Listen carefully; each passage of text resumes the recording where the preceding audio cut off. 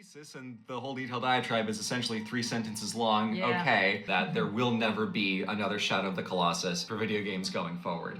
So, And this is a challenge. I want there to be another Shadow of the Colossus. Yes. Thus far, there has never been. Yeah. Perhaps there never will be. Prove me wrong. yeah. All right. Challenge accepted.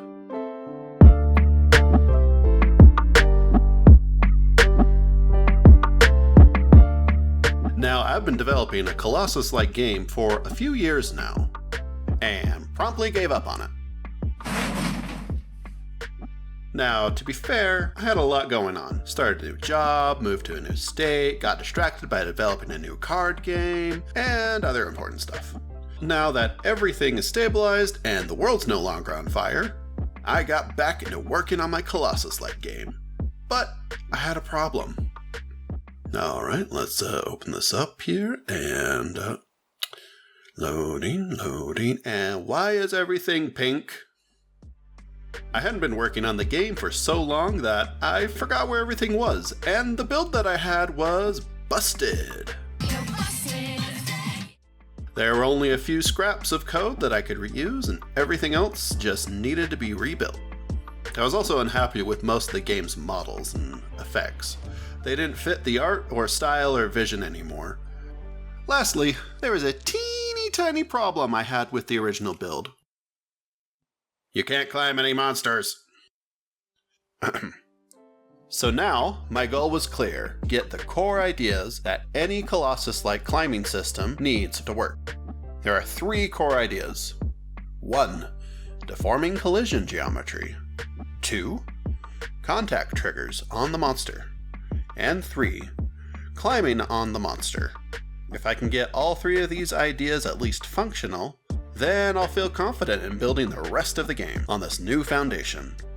So let's go over each of these ideas in detail.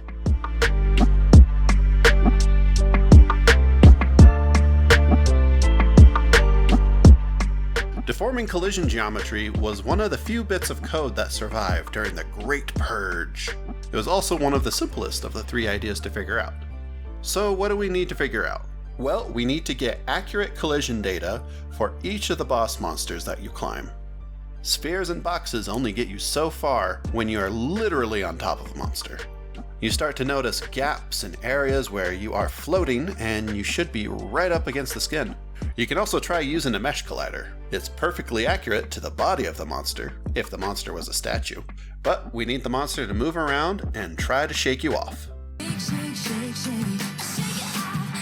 So the solution was to update the mesh inside the mesh collider with a new snapshot of the monster's mesh in its current frame of animation. This is resource intensive, and it can cause slowdowns if there are too many meshes being updated.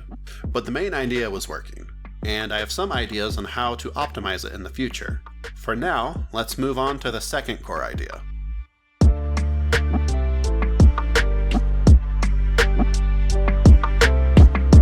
Now that we have collision, we can touch the monster, and the monster can touch us.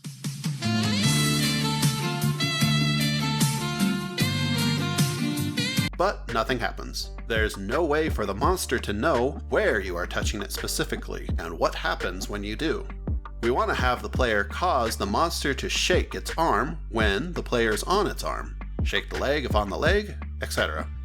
Some areas also need specific camera angles, and maybe I want some areas to trigger effects on the player, or some other event elsewhere in the battlefield. These areas also overlap with each other, so we need multiple layers of these contact zones. Here's a clip from the Pray for the Gods team that explains the idea more.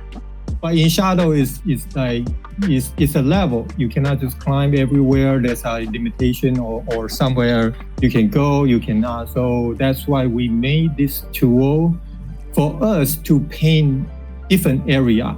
Arm, climb area, or right arm, or like the hairy area. Depends on whatever that you want to name it. And that's how we know that player is on where. So what did I do? I stared really hard at the tool they showed in the video and manifested it into my own game.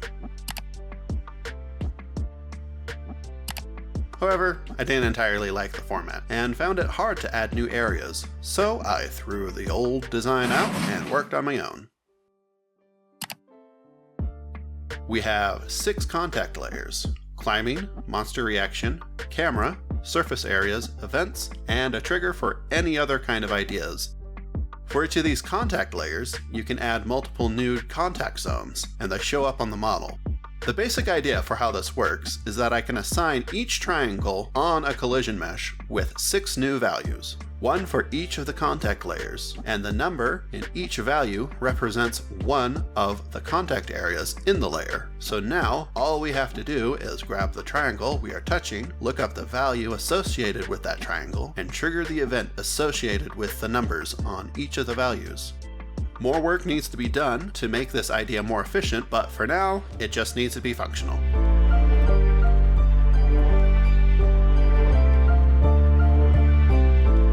We now have collision and the ability to define specific contact areas on the mesh. All we need to do now is climb. How hard could that be? Why are we still here? Just to suffer every night. Okay, it wasn't that bad. But it did take me a few months to get this somewhat working. I decided to code the climbing system before making the contact triggers. When I went back to the climbing to make sure it worked with the contact triggers, the climbing functionality was all busted. So I spent another month fixing what broke, and now it works.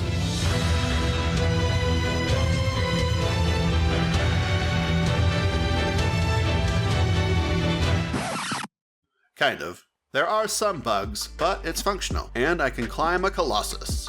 If you want a breakdown on how the climbing works, watch Robert Thompson's video on it. Mine's basically the same as his with some minor adjustments.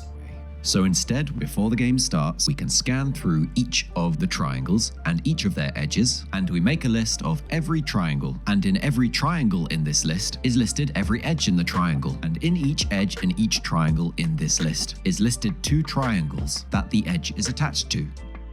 I watched his video about 1,000,000 times to dissect and figure out what he did and apply it to my game. I haven't yet applied everything Robert did for his climbing system, but the main goal was to get it working, because the next step is to test out the combat and design the first few bosses. But that's a video for another time. Now that I have the 3 core ideas for a Colossus-like game, the rest of game development should be easy, right? Right? Spoiler, it wasn't.